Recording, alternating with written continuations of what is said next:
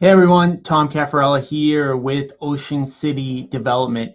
Today I'm going to be talking about something that I used to do really quite frequently early on in my real estate investing career, and it's how to utilize real estate agents to both find you deals and to help you raise capital. So when I first started, I used to go from real estate office to real estate office. And I used to ask the broker in charge to allow me to do a very brief 20 or 30-minute presentation. And this 20 or 30-minute presentation that I used allowed me to not only raise capital, but to find great deals. So forging relationships with real estate brokers and real estate agents in your market can be hugely beneficial. So let me tell you exactly how I did it, exactly how it worked, and exactly why it allowed me to both raise capital and find great deals. So what I used to do is I used to call the broker owner of the office that I would want to visit. And I would always look for, by the way, real estate brokerages that had a lot of agents because I wanted as big of a possible audience as I could.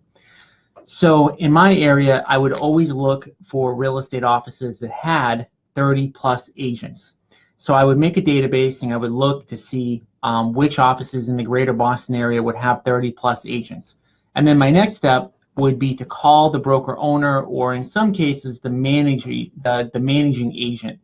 Sometimes you can't get in touch with the broker owner, and there's someone that actually manages the office that would make sense to get in contact with. And what I would do is just a really brief pitch. Hey, I'm a local real estate investor. I'd like to come out, visit your brokerage, and show your agents how to make more money by working with investors. And I don't think I got rejected once. The only time I ever wasn't able to get into an office was if I wasn't able to get in front of the person, if I wasn't able to initially speak to the person that I needed to speak to. So I wasn't able to get to the broker owner, or I wasn't able to get to the managing broker. But typically it's very simple to do. And most bigger real estate offices will have a training day. So it will be something like every Tuesday or every Thursday, where they'll have a different topic. And they'll usually rotate different things like compliance issues, or they'll have a mortgage broker come in to talk about different mortgage rates and mortgage products. And so those are the days where it makes sense for me to go in. And so I would ask them, do you have a specific day where you have real estate agent training? And if so, can I come by for 20 to 30 minutes, introduce myself to the group, and see if I can show your agents how to make more money by working with investors?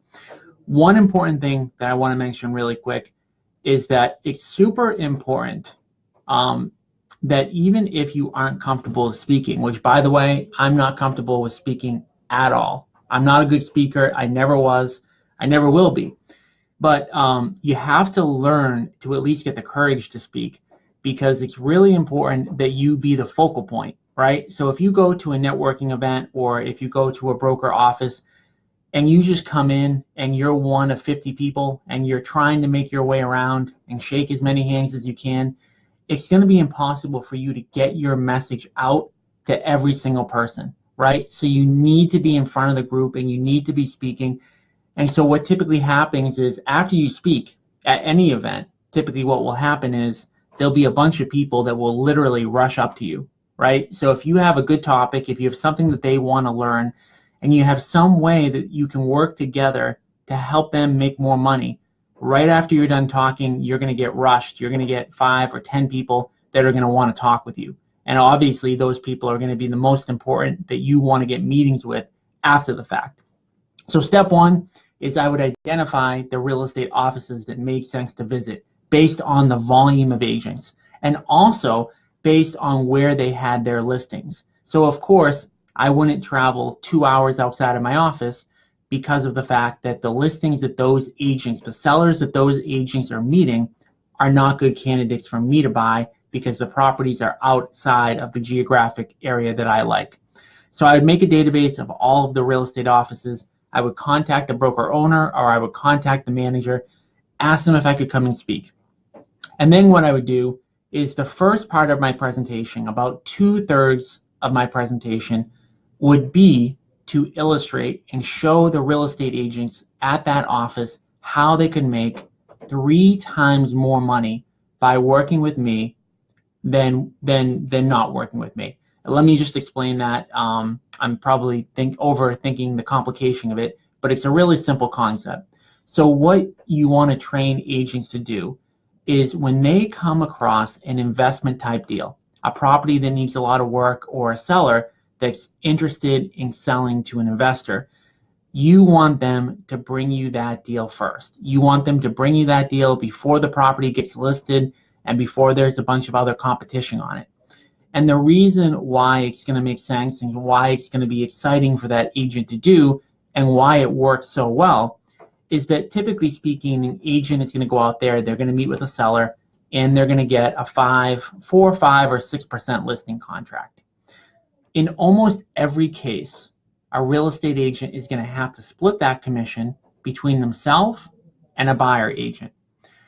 So what we pitch and what we train them to do is when they identify an investment seller, someone who has a house that's beat up or that wants to sell directly to an investor, which by the way is only going to be about 10% of the sellers that they come across, that they bring us that deal, we go out there, we make them an offer, and instead of that agent splitting their commission, they're going to get 100% of that commission. So right away, right out of the gate, they're going to make double their normal commission by working with us, working with an investor. But then to even make it more exciting for the agent, what we're then going to do is we're going to offer them to list the property after we're done with the renovation, right? So that listing agent, instead of getting 2.5%, let's assume it's a 5% listing, instead of them getting 2.5% because they had to share half of it with another real estate agent, they're going to get 5% upfront, and then they're going to get a 5% listing on the back end, which typically they are going to split 50-50 with a buyer agent. Okay, so instead of making 2.5% on every deal, they're going to make 7.5%. So again, if you run the numbers really quickly, let's just say that their typical commission is $10,000. Instead of making $10,000 on that transaction, they're going to make $30,000, right? So it's pretty exciting for an agent to work with an investor, and it's really a win-win because their client wants to sell to an investor. And I'm not talking about you trying to get agents to pitch every single seller on an investment deal because it doesn't make sense for most sellers to sell to an investor. I'm talking about when they identify that there's an opportunity or that the seller does want to sell directly to an investor, that they call you and you get there first, right? So that would be the first 15 or 20 minutes of my presentation, and then I would field questions on it. By the way, for those of you who are joining me live right now, stop me. Let me know, first of all, where you're located. Type into the chat box where you're located just so I can get an idea of who I'm talking to. And also let me know if you have any questions on this specific strategy. So I'm going to continue on going into the strategy, but let me know where you're located and also let me know what questions you have. So yeah, that would be the first kind of 2/3 of my presentation. And I would always give out a handout. So while people were watching me, if I couldn't put up a PowerPoint, I would try to put up a PowerPoint. But if I can't put up a PowerPoint, then at the very least, I'm going to give them my handout, right? So that would be the 2/3 of it.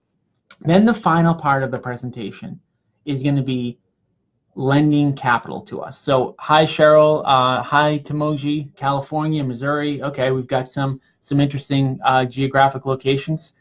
Thank you for jumping on with me. Let me know what questions you have. But like I said, the first 2/3 of my presentation would always be what's in it for your real estate agents. What's in it for all 50 of you real estate agents if you bring me a deal first, right? You're going to make 3 times the amount, okay? Then the second thing I would go into is, oh, by the way, we also have a really great investing opportunity for those of you who want to invest in real estate. And so real estate agents are really, really a great niche market in terms of who you should be raising capital from. Okay, real estate agents are unique because of the fact that they fully understand real estate, right? So half the battle when you're trying to raise private money is getting somebody to understand real estate. So real estate agents already understand real estate. Real estate agents also understand if you're getting a great deal. So if you have a property that would resell for $200,000 today on the MLS, and you're picking it up for 120 or 130 or 140, a real estate agent knows that's a great deal. And a real estate agent also knows that there's very little risk when you're buying at that deep of a discount. So half the battle with real estate agents is already taken away. So it's very easy. So what we would do during the final third of, well, what I would do during the final third of that presentation is talk about our lending opportunities. And so how I would pitch it is, this is for people who are interested in fixing and flipping, but don't want to do the heavy lifting of managing contractors, managing the project, dealing with the headaches of actually doing it, but know that real estate is a great way to invest. And what we would do is we lend out anywhere from 10 to 12% on the transaction, and we pay it out on a monthly basis. So every single month, let's assume that we're borrowing at 12% from a real estate agent whose office we just visited. We would pay out 1% to them every single month. So let's assume that a real estate agent lent us $100,000 on a deal. Every single month, they would get a check in the mail for $1,000 per month, okay? And again, you're not 100% necessarily even looking to pitch it to the people in the room, which you are. I mean, you are trying to get the people in the room interested. But real estate agents in general, their whole entire job revolves around getting to know people who like to invest in real estate. So if you can get in front of 50 real estate agents and pitch them on the great investing opportunity that you have, and again, replicate this over and over again in every single office in your area that has 30, 40, 50 plus agents. And there's some offices out there, they have 200 agents. I mean, that is a great, great opportunity for you as an investor to get great off-market deals plus cash. Phil, Tom, should I get something in writing if I sell an investment property to the buyer so I can guarantee the listing back? Yeah, absolutely. I mean, if you have a great investment deal, I mean, I would say to the buyer directly, look, I've got an opportunity for you. This is how it's going to work, right? You're going to have to give me the listing back on the other end. In this market, and Phil, by the way, is in my Boston office. He's one of my real estate agents. I mean, you're totally in control if you have a great deal in this market. So as of July 2017, there's so few deals for real estate investors out there. So if you have a great deal that you can pass on to a real estate investor, you hold all the cards. I mean, if they say no, okay, great. Now you just, walk down the street to another real estate investor that will be willing to do it for you. Not every investor is going to be willing to give you the list back, right? Because every investor is going to run the numbers and they're going to see, okay, what is the net to me? So for me as a real estate investor, and most real estate investors are going to look at it the same way, paying an agent on the back end is an expense. So if it costs me another $10,000 to have a real estate agent list that property, what is my net? Is it still a good deal? And if it's still a good deal, yeah, why wouldn't I pay a real estate agent? And for an investor, I mean, there's nothing better than when somebody brings a deal directly to you that you didn't have to spend marketing money on. So everyone that's on the line that's kind of, followed my stuff knows I'm a huge proponent of spending a lot of money on marketing to get face-to-face with motivated sellers. So if a real estate agent can bring you a deal that you did not have to spend marketing money on, yeah, there's huge value for that, and they should absolutely give you the listing back. So again, to kind of recap on the strategy, you're going to make a list of every single big real estate office in your area, call the broker, call the manager, pitch them to get in there. Then when you get in there, explain to them how real estate agents can make a lot more money by working with you.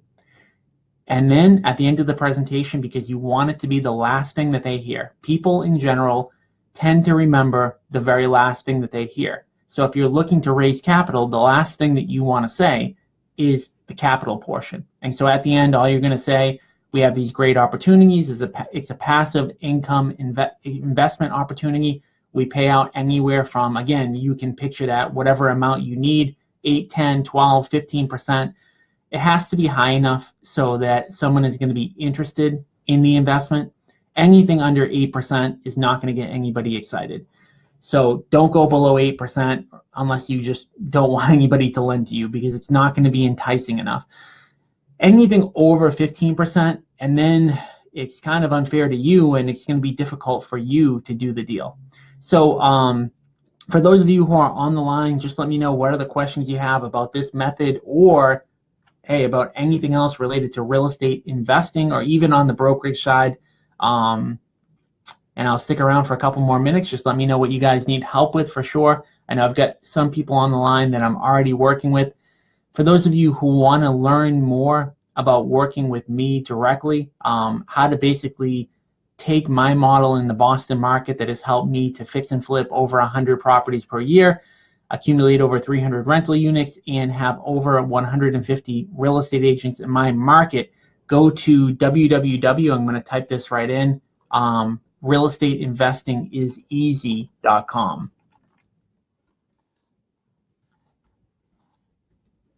And so for those of you who have jumped on, if you're in the questions, the real estate questions Facebook group, even when we're not live, all that you need to do is just jump into that group. Any questions that you have will get responded by me directly within 24 hours. So anything that you need help with, any questions on generating motivated seller leads in your market, how to raise capital, how to find good contractors, because those are the only 3 things that are important in this business. Cheryl, do you just call the broker to try to get the presentation? Yeah, so I would call the broker and I say, hi, my name is Tom Caffarella. I'm a local investor that is looking to work with real estate agents in your market. Would it be okay if you guys have a training day, if I could just come by and introduce myself and do a 10 or 15 or 20-minute presentation on what I'm looking to do? And again, when you're pitching that to a brokerage owner, what are they going to hear? They're going to hear, wow, that's going to make me more money. So if you're working with my agents and doing deals with my agents, I'm going to make more money. So it's a really, big value proposition for the real estate broker, in addition to the fact that they're always looking for people to do trainings during their training day. So almost every big office has a couple of training days a week. In my Boston office, we have it on Tuesday and Thursday, and we're always looking for vendors. Like I said, we have attorneys, we have accountants, we have mortgage professionals, we have people in the insurance business, and it's all about educating our real estate agents. So for most brokers, not only is it going to be an opportunity for them to do more business, but it's also going to be an opportunity to educate their real estate agent. So in general, getting in the door is really, really easy. The only time you're probably going to have trouble getting in the door is if the broker on record is a real estate investor and they just don't want their competition in there. But I can't think of a time I actually ever ran into that, because most of the big real estate offices, the owner is typically not an investor. At least in Boston, most of the investors are either under a broker, or if they have their own brokerage, they're a very small brokerage, because it's difficult to run a big brokerage, run an investment company at the same time. So most people kind of choose one or the other. What other questions do you guys have before I hop off? Like I said, I'm able to answer anything related to real estate investing in general, or anything related to the topic today. If anyone on the call who's currently working with me has any deals they want to talk about, I'd love to talk about some deals, some leads, analyze some investment opportunities that we've put in front of you. So for those of you who don't know who are on the line, when we work with people in other markets, we provide them with 2 things. And again, you can learn more about this at www.realestateinvestingiseasy.com. But when we work with people in other markets, we're providing them with the lead generation tools. So we're actually generating face-to-face seller appointments for people in the markets that we work. So I just got off the phone with a guy in Jacksonville, And so he's signing up with me today. Within 48 to 72 hours, we will have leads in his market for motivated sellers that want to meet with him to get a cash offer. So we provide leads, and then we provide the support. So any questions they have, I'm available to them for any help. And the goal is for them to take what they're doing in their current market, and they don't have to want to replicate my model exactly, but to use my model in order to get them where they want to go. So Cheryl, did you acquire your 300 units by portfolios or one at a time? Yes, one at a time. Yeah, acquiring one 300 unit rental property really wouldn't, I mean, it'd be a great achievement, but nothing to really brag about, because that's just a simple thing. You make one deal. The way that we do it is we use the BRRRR strategy. So for those of you who aren't familiar with it, it's buy, renovate, rent at full market value, and then refinance. So we wouldn't have been able to buy 300 rental units on day one. Financially, we just wouldn't have been able to put the down payment down. So the way that we do it, the way that we accumulate rental units so that we don't have to have a ton of cash out of our own pocket, is we will buy the property, fix it, get it fully rented, and then refinance it out to get all of our money back. So basically most of the properties that we buy are 3 to 6 unit buildings. And so say that we buy a 3-unit building maybe for $300,000. We'll put down a $60,000 deposit. So we'll be out of pocket $60,000 on day one.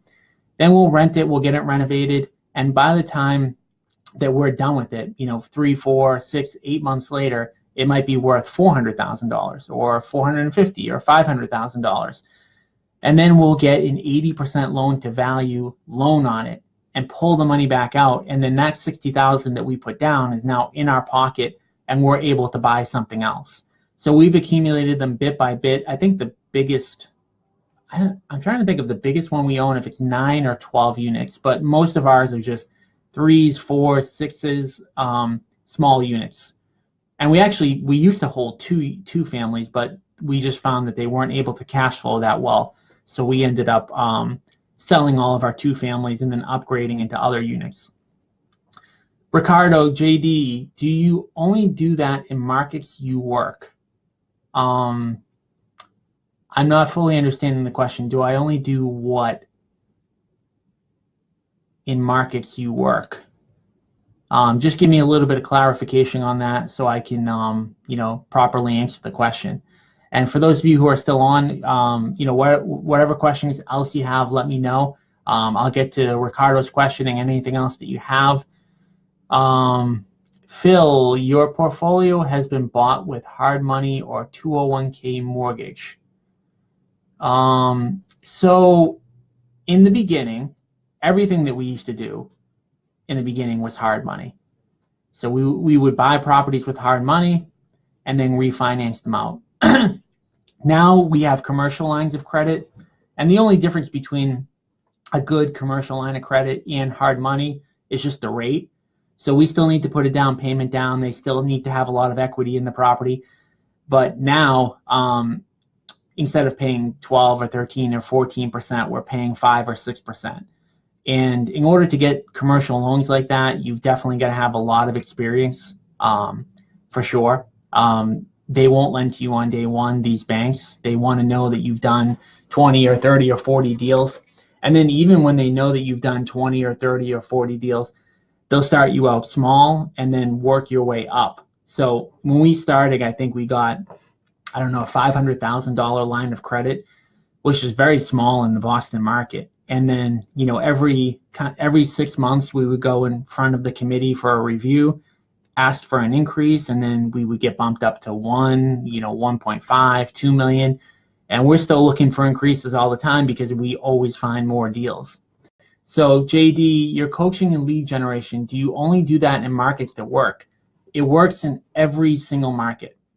Every single market across the US. I'd have to look to see exactly how many markets we're doing it in now, but I think we're in 45 to 50 different markets, and it all works. The only difference from one market to another is going to be the average profit per deal and the cost per lead. So for example, I've got some guys I'm working with over in Los Angeles, and their cost per lead is higher. But on the flip side, the amount that you can make on a deal in Los Angeles is also much higher. So if you're not making 70, 80, 90, 100,000 on a flip in Los Angeles, you're doing something wrong. But the leads are going to cost more there. Vice versa, I'm also working with somebody in West Virginia, and the cost of the leads is so much lower than other markets. However, they are successful there if they make $25,000 or $30,000 or $35,000 per deal. So typically speaking, the lower the cost per lead, the lower the money you're making on any one given deal. The only markets that this system, I mean, it works in every market, but the only markets that like I would hesitate a little bit to say that you need to do it are markets where you can still get a great deal on MLS. And that is literally, markets that I can count on my hand. Like Detroit would be a good example. In the worst parts of Detroit that still haven't picked up yet, if you can go on the MLS and buy something for $5,000, you don't want to spend marketing money to get a deal for $2,000. It doesn't make sense. There's no margin there. But in almost every market across the U.S., it's difficult to get a deal. So much so that you need to spend money on marketing. All right, Phil, last question. Is there a way to buy and hold using other people's money for finance and down payment to start, assuming you want to rehab? Okay, so all Phil's talking about here is gap funding. So gap funding is the concept that you're raising money to fund your down payments. So you're raising money from somebody else.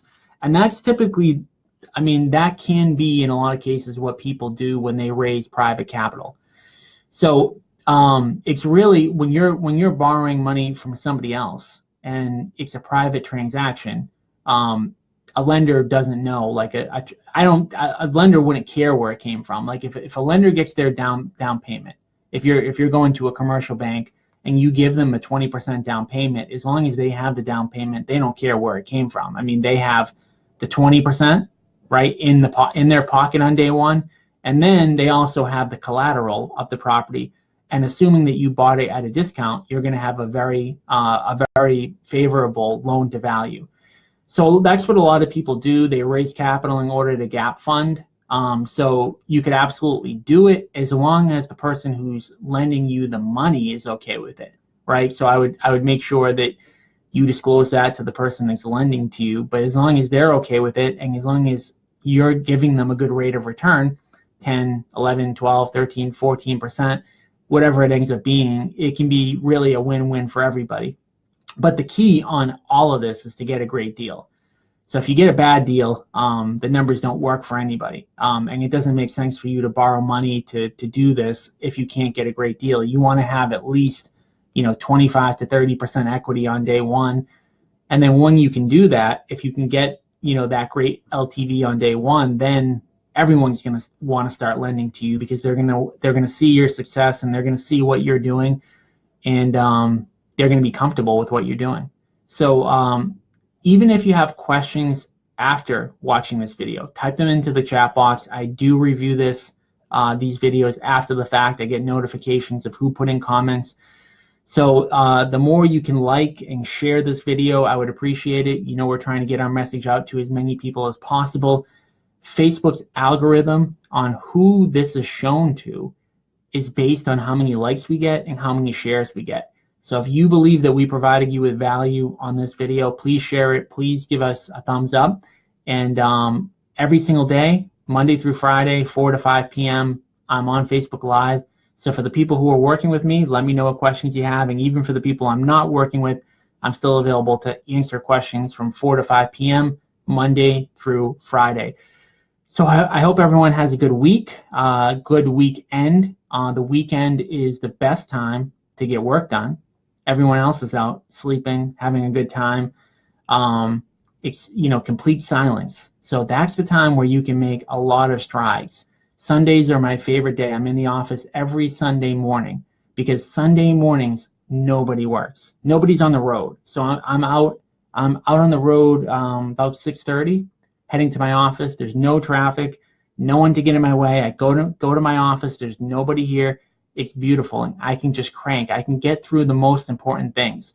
So for those of you who are really still in the mode of building a business, weekends are awesome. Weekends are the time where you can get ahead. So keep pushing, keep working hard, and I'll see everybody again on Monday. Thank you.